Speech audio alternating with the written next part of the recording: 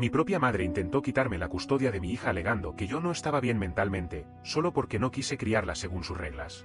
Ahora no puede acercarse a nosotras. Todo se fue al carajo el día que llegó una carta del juzgado. Custodia.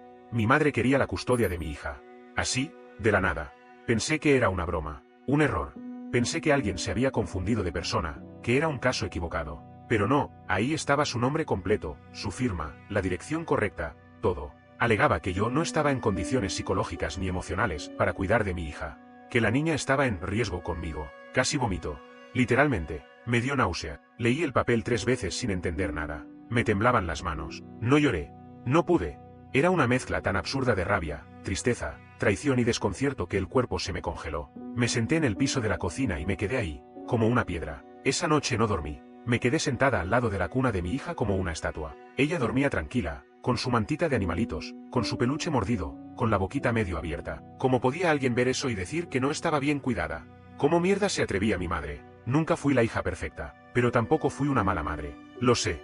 Sé lo que hago. Puedo estar cansada, puedo estar sola, puedo estar aprendiendo sobre la marcha, pero mi hija es lo único que hago con el corazón entero. La cuido, la alimento, la escucho, la abrazo cada vez que lo necesita. Me rompo la espalda para que no le falte nada. ¿Y así me lo paga mi vieja? ¿Tratando de sacármela? Hasta ese momento, nunca había imaginado que podría hacer algo así. Sí, siempre fue controladora. Siempre quiso meterse en todo, desde cómo le cambiaba los pañales hasta con qué médico la llevaba. Pero pensaba que era parte de su personalidad. Una señora mandona que no sabe cuándo parar. Pensaba que en el fondo lo hacía porque nos quería, porque pensaba que estaba ayudando. Pero esto fue otra cosa. No fue preocupación, no fue amor, fue puro ego. La gota que rebalsó todo había pasado un mes antes. Estaba en mi cocina, con mi hija llorando en brazos, toda sudada, sin haber comido en hora. Ella había venido sin avisar, como siempre, y empezó con su típico discurso pasivo-agresivo. Que yo estaba muy flaca, que seguro no estaba comiendo, que la bebé estaba muy pegada a mí y eso no era sano. Que en sus tiempos los bebés dormían solos desde los 3 meses, que yo iba a criar una niña dependiente y floja. Que seguro estaba deprimida, que no debía estar sola, que no debía criarla así, que yo no sabía lo que hacía, que ella tenía más experiencia, que era por el bien de la nena. Ese día, después de tanto morderme la lengua, le pedí que parara, que se fuera. No grité, pero mi voz salió quebrada. Le dije que no podía más, que necesitaba espacio, que me estaba haciendo mal. Se ofendió. Me miró con esa cara que pone cuando cree que es la única cuerda del cuarto. Una mezcla de pena fingida y superioridad. Solo intento ayudarte, me dijo. Y se fue.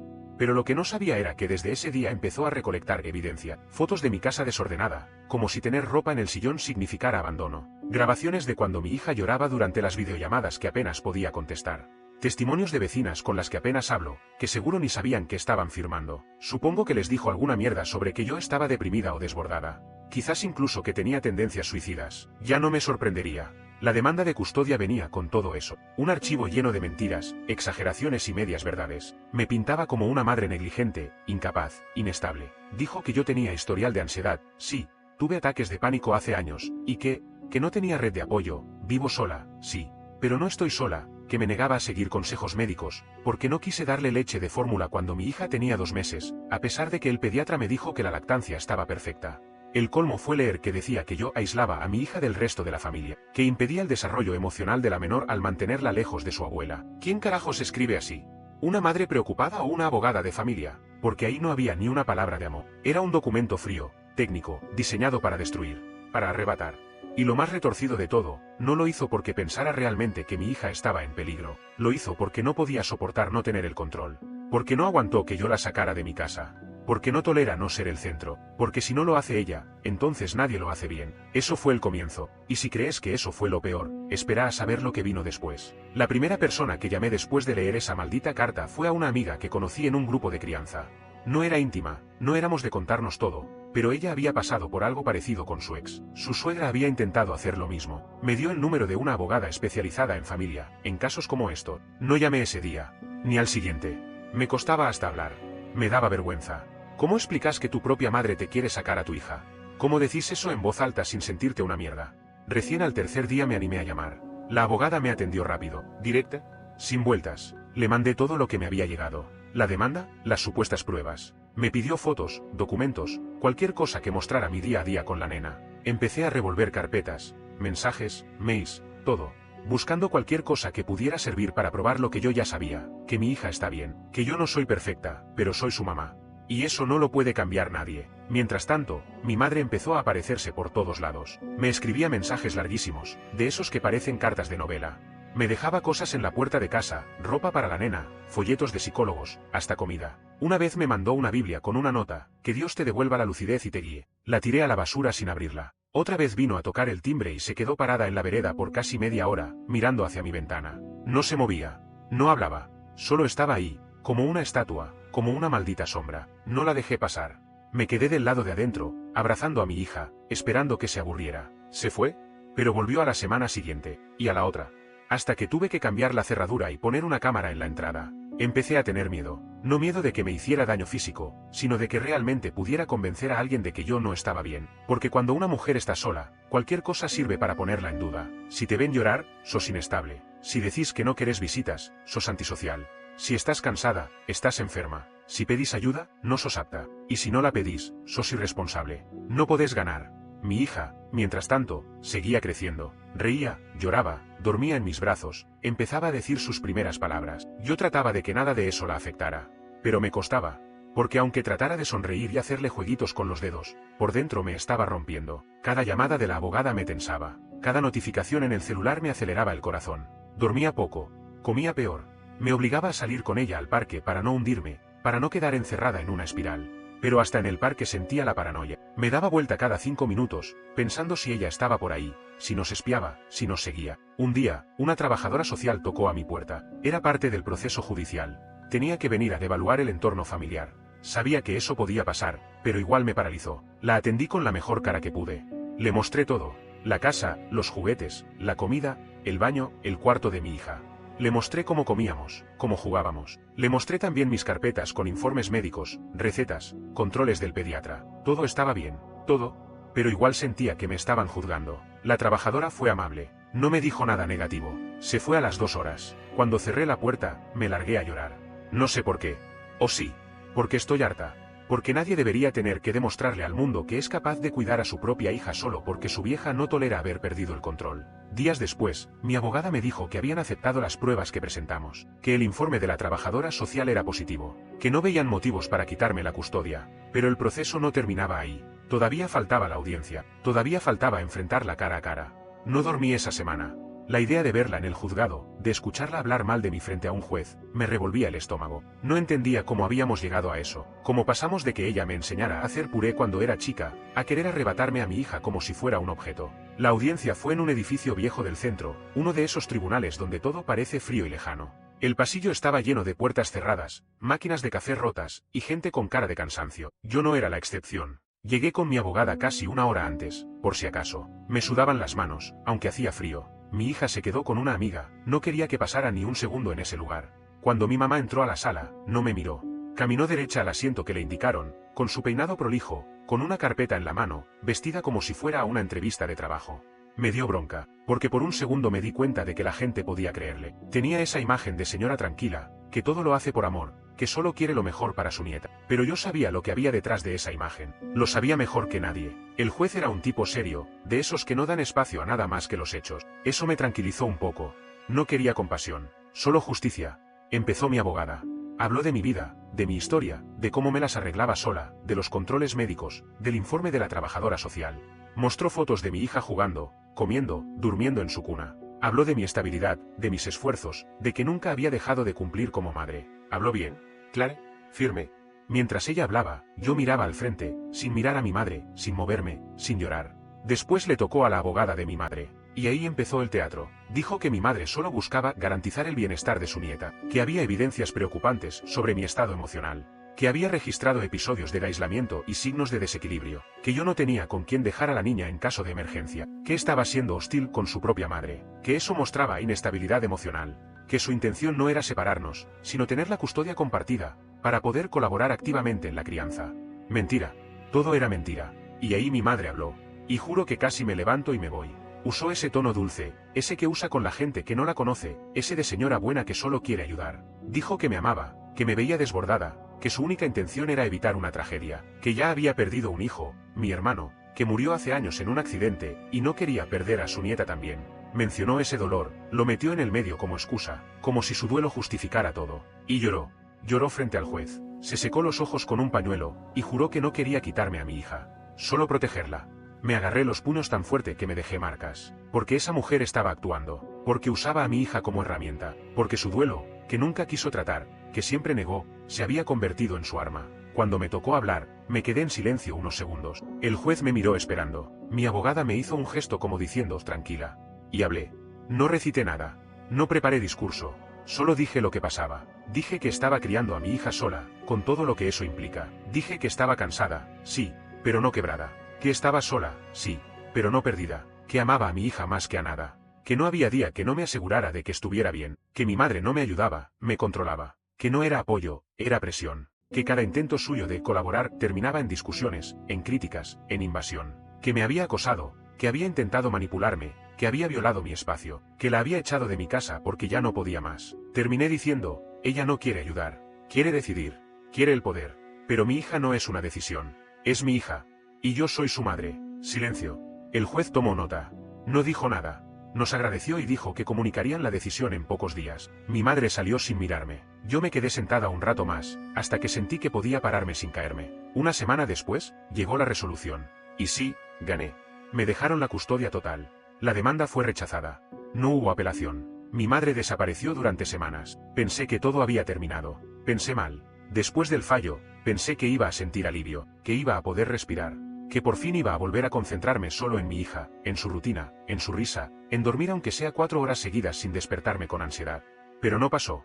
Porque cuando alguien como mi madre pierde una batalla, no se queda quieta, se esconde, espera, y ataca de nuevo desde otro ángulo. Al principio fue el silencio. No supe nada de ella por casi 3 semanas, ni un mensaje, ni una aparición en la puerta, nada. Y no voy a mentir, me ilusioné. Pensé que tal vez había entendido el límite, que tal vez se había dado cuenta de que se había pasado de la raya, que por una vez en su vida iba a respetar una decisión que no le gustaba. Fue ingenuo pensar eso, pero quise creerlo, necesitaba creerlo. Una tarde, estaba con mi hija en la plaza, jugando con un par de nenes que conocimos hacía poco. La nena estaba contenta, corriendo detrás de una pelota, riéndose a carcajadas. Yo estaba sentada en un banco, con el termo y el mate, mirándola, disfrutando, hasta que vi una figura conocida al otro lado del parque. No era mi madre, era su hermana, mi tía, una mujer con la que casi no hablaba desde hacía años. Se acercó con cara de yo no quiero problemas y me saludó como si nada hubiera pasado. Me dijo que mi mamá estaba muy mal, que no comía bien, que estaba deprimida, que lloraba todas las noches, que no quería que su nieta creciera sin ella, que se sentía castigada, que yo debería pensar en la niña, que las abuelas son importantes, que no era sano ese corte tan tajante. Yo no dije nada, solo la miré. Ella entendió. Me abrazó sin que yo se lo pidiera, como si al hacer contacto físico pudiera ablandarme. Y después se fue. Esa misma noche, me llegaron mensajes de números desconocidos. Diferentes personas de la familia, primos, una sobrina lejana, una excuñada, escribiéndome cosas como, todos merecen una segunda oportunidad, no le niegues el amor a tu hija, te vas a arrepentir cuando sea tarde. Era un asedio pasivo-agresivo. Nadie me insultaba directo, pero el mensaje estaba claro, yo era la mala. Yo era la hija cruel que le sacó la nieta a su madre. Una semana después, me crucé a mi madre en el supermercado. Fue de casualidad. Yo salía con el cochecito y ella entraba. Se me heló el cuerpo. Ella me vio, se frenó, y se largó a llorar en el medio de la puerta. Se tapaba la cara con las manos. La gente miraba. Fue tan manipulador que me quedé en shock. No dijo ni una palabra. Solo lloraba. Hacía escenita. Como si yo la hubiera atropellado con el cochecito. Me fui sin decir nada. Al otro día, me mandó una carta manuscrita. Nada de email, nada de mensajes. Una carta con su letra. Decía que me perdonaba. Que sabía que yo estaba confundida. Que la maternidad era difícil. Que ella solo quería ayudarme. Que me esperaba con los brazos abiertos si algún día quería hablar, que tenía regalos para la nena, que había armado un cuarto para ella en su casa por si algún día necesitaba dejarla unas noches. Me hervía la sangre. Esa carta no era un pedido de disculpas, era una trampa, una forma de dejarme en duda, de tocarme el lado vulnerable, de decirme, yo estoy lista para cuando vos colapse, como si eso fuera inevitable, como si ella supiera que en algún momento no voy a poder sola. Y sí, a veces estoy al borde, a veces me quiebro. A veces lloro encerrada en el baño mientras mi hija duerme, pero no voy a dejar que esa mujer use eso en mi contra. Un día, al buscar a mi hija en el jardín, la maestra me preguntó si una señora mayor podía retirarla, que había ido 2 veces a preguntar los horarios, que decía ser su abuela. Me temblaron las piernas. Le dije que bajo ningún motivo debía permitir eso, que si esa mujer volvía, me llamaran, que no tenía permiso. Nunca, ni hoy ni nunca. Le conté todo a mi abogada. Me dijo que lo documentara, que siguiera guardando pruebas, que aún con la custodia, debía protegerme, que a veces las cosas vuelven a escalar. Y no estaba equivocada. Porque unas semanas más tarde, lo que mi madre hizo, no fue solo una provocación. Fue cruzar una línea que ya no tenía vuelta atrás. Pensé que ya lo había visto todo. Pensé que con la demanda judicial mi madre había tocado fondo. Pero no. Aún le quedaba una jugada más, y esta no solo fue retorcida, fue peligrosa. Una tarde, estaba en casa preparando la cena. Mi hija jugaba con sus bloques en la alfombra del living. Habíamos tenido un día tranquilo por fin. Nada raro, nada tenso, solo un día como los que venía esperando hacía meses. Me acuerdo que puse música bajito, abrí la ventana de la cocina y pensé, capaz esta pesadilla está terminando. No pasó ni media hora cuando golpearon la puerta. Golpes insistentes, rápidos, como si fuera una emergencia. Abrí, pensando que era la vecina o algo urgente. Y eran 2 oficiales de policía. Lo primero que sentí fue una mezcla de confusión y miedo. No entendía qué hacían ahí. Pensé que era por otro departamento, algún error. Pero no. Preguntaron por mí.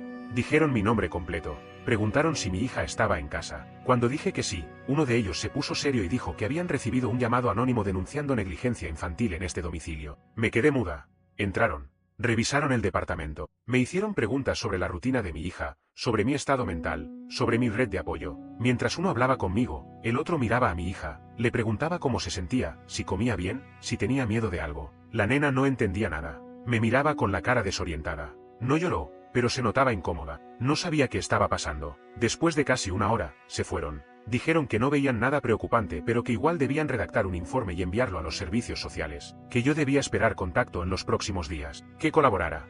Que estuviera atenta. Les pregunté si podían decirme quién hizo la denuncia. No podían.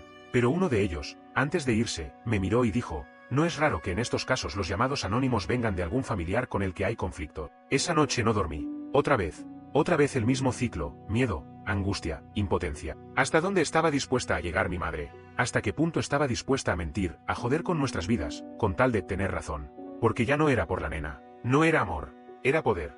Era orgullo. Era un yo te dije que no podías sola. Llamé a mi abogada a la mañana siguiente. Le conté todo. Me pidió que escribiera una declaración de lo que pasó. Que anotara hora, nombres, detalles. Que sacara fotos del estado de la casa, de la comida, de la ropa de mi hija, de todo. Que me preparara por si me llamaban de servicios sociales. Y así fue. Me citaron 3 días después. Tuve que ir con mi hija a una oficina en el centro, donde otra trabajadora social nos evaluó. Me hicieron preguntas absurdas. Si mi hija tenía cepillo de dientes, si usaba cinturón en el auto, si tomaba agua sola, si yo dormía bien, si tenía pareja, si tenía amigos, como si ser madre sola ya fuera, en sí mismo, sospechoso. Al final, me dijeron lo mismo que siempre, que no veían motivos de preocupación, pero que igual dejarían constancia del episodio, que estarían observando. Y eso fue lo que más me destrozó. No el hecho de que vinieran, sino saber que ahora estoy en un sistema, que ahora soy un caso abierto, aunque no haya nada mal, que ahora, cada movimiento mío puede ser juzgado por una denuncia anónima, que mi madre encontró la forma de instalar la duda, aunque todo esté bien. Esa noche no podía dejar de pensar, si se aparece otra vez en el jardín, si convence a alguien de que yo no estoy bien, si inventa otro llamado, si manda otro oficial, cuánto falta para que le crean. ¿Cuántas veces más voy a tener que defenderme por ser una madre sola que no quiere la ayuda de una mujer tóxica? Mi hija no entendía nada, pero empezó a hacer preguntas. ¿Quiénes eran esos señores? ¿Por qué te pusiste triste, mami? Y ahí me quebré. Me encerré en el baño y lloré como no lloraba desde hacía meses. Porque yo estoy acostumbrada al dolor, al rechazo, a la presión. Pero que todo eso le llegue a ella, eso no lo aguanto. Ese fue el punto de inflexión. Decidí que ya no iba a seguir aguantando. Ya no iba a dejar que ella tuviera ni una sola entrada más a nuestras vidas. No cartas, no visitas, no mensajes, no mediadores, nada. Al día siguiente pedí una orden de restricción. Y ahí sí, las cosas empezaron a cambiar. Pedir una orden de restricción contra tu propia madre no es algo que una persona normal espera hacer en su vida. No es algo que te enseñan a manejar. Nadie te prepara para eso. Nadie te explica cómo se siente ir a una oficina del Estado y decir en voz alta: quiero que esta mujer no pueda acercarse más a mí ni a mi hija. Esta mujer que me dio la vida.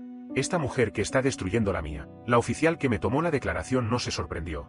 Me miró con una mezcla de distancia y rutina, como si ya hubiera escuchado 100 veces lo mismo. ¿Quién es?, me preguntó. Mi madre. Anotó sin levantar la vista. ¿Convive con usted?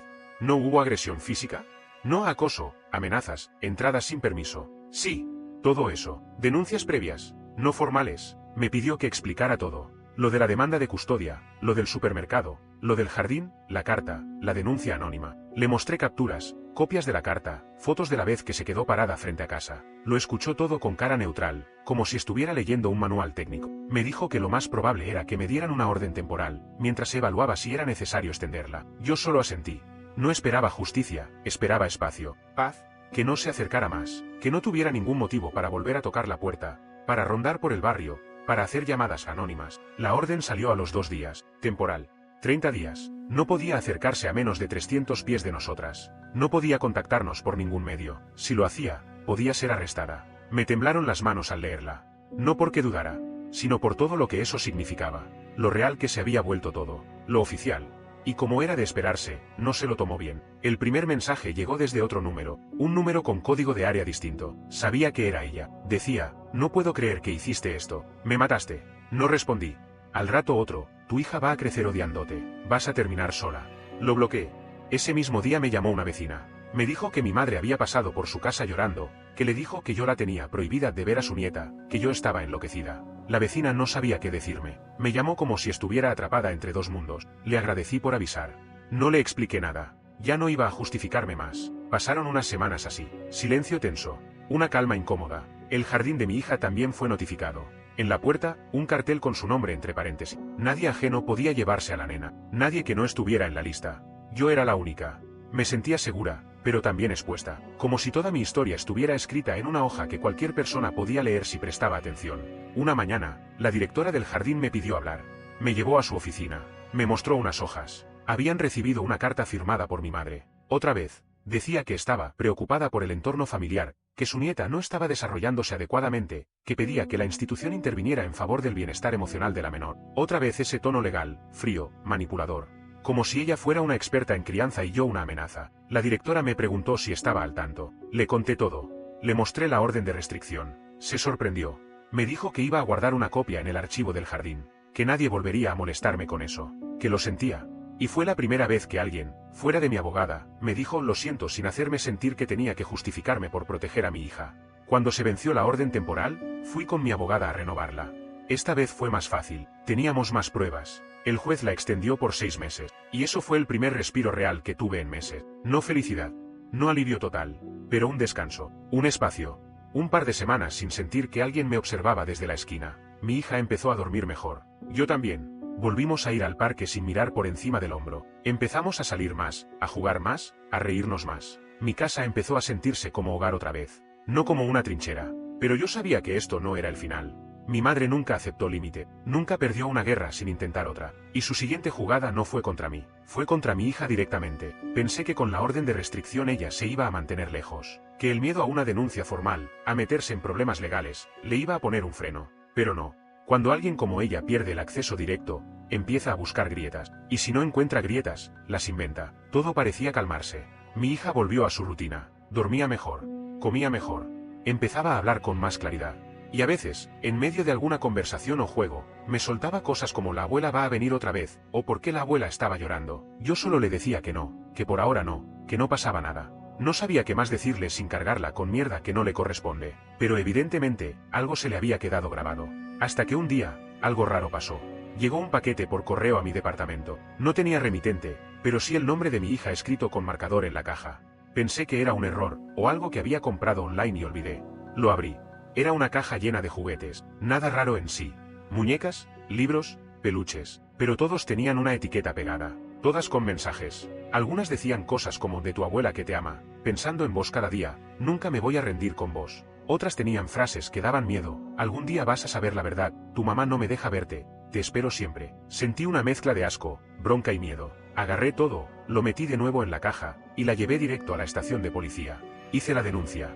Adjunté fotos, escribí el reporte, entregué la caja entera. El oficial me dijo que era una violación indirecta de la orden de restricción, que si bien no había contacto físico ni directo, eso contaba como un intento de acercamiento. Y lo peor, si lo hacía una vez, podía hacerlo otra vez. Después de eso, empecé a revisar todo. Revisé a quién le había dado mi dirección últimamente. Pensé si se la pudo haber pasado a alguien sin darse cuenta. Mi mayor sospecha era el jardín.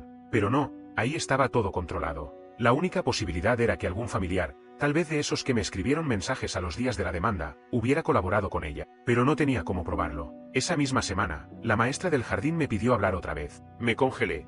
Otra vez esa sensación de algo pasó. Me mostró un dibujo que había hecho mi hija.